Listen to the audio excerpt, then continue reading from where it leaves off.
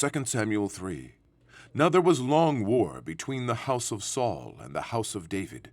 But David waxed stronger and stronger, and the house of Saul waxed weaker and weaker.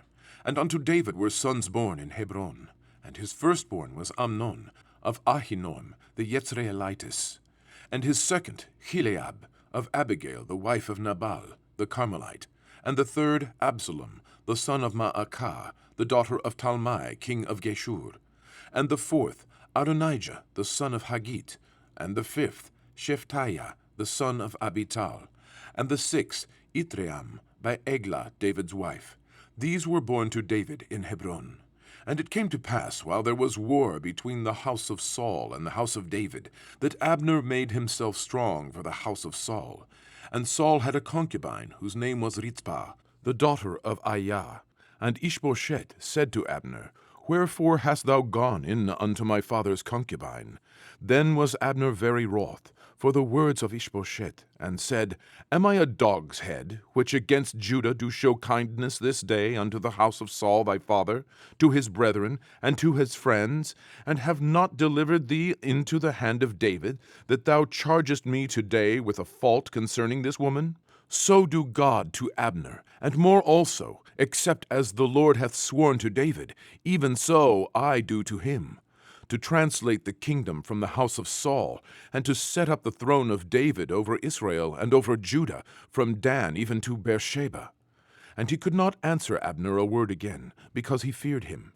And Abner sent messengers to David on his behalf, saying, Whose is the land? Saying also, Make thy league with me, and behold, my hand shall be with thee, to bring about all Israel unto thee. And he said, Well, I will make a league with thee, but one thing I require of thee, that is, thou shalt not see my face, except thou first bring Michal, Saul's daughter, when thou comest to see my face.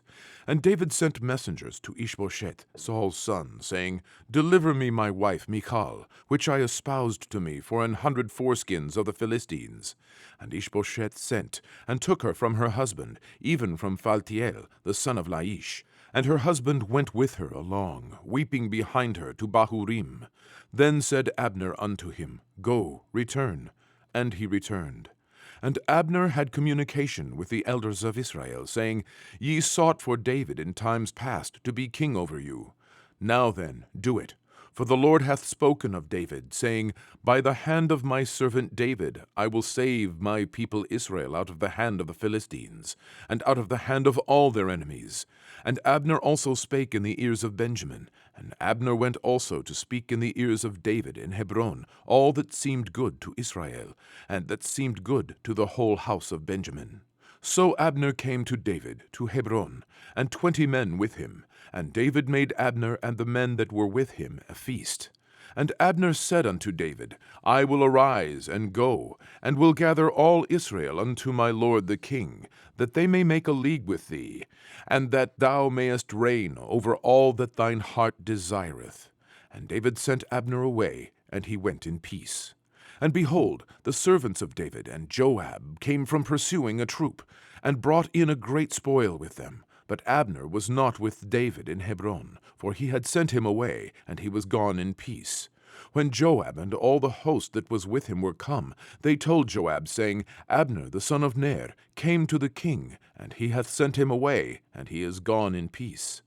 Then Joab came to the king, and said, What hast thou done? Behold, Abner came unto thee.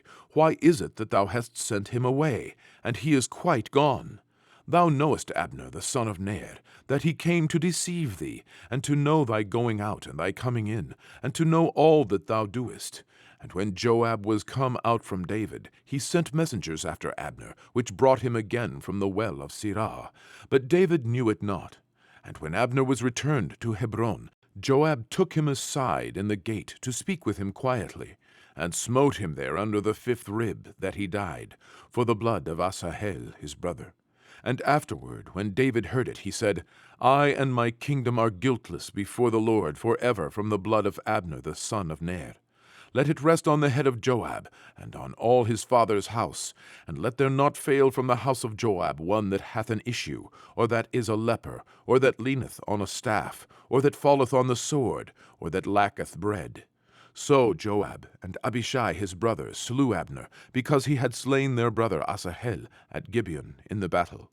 And David said to Joab and to all the people that were with him, Rend your clothes, and gird you with sackcloth, and mourn before Abner. And King David himself followed the bier. And they buried Abner in Hebron. And the king lifted up his voice, and wept at the grave of Abner. And all the people wept. And the king lamented over Abner, and said, Died Abner as a fool dieth? Thy hands were not bound, nor thy feet put into fetters. As a man falleth before wicked men, so fellest thou. And all the people wept again over him. And when all the people came to cause David to eat meat while it was yet day, David sware, saying, So do God to me, and more also, if I taste bread or aught else, till the sun be down. And all the people took notice of it, and it pleased them, as whatsoever the king did pleased all the people. For all the people and all Israel understood that day that it was not of the king to slay Abner the son of Ner. And the king said unto his servants, Know ye not that there is a prince and a great man fallen this day in Israel? And I am this day weak, though anointed king. And these men, the sons of Zeruiah, be too hard for me. The Lord shall reward the doer of evil according to his wickedness.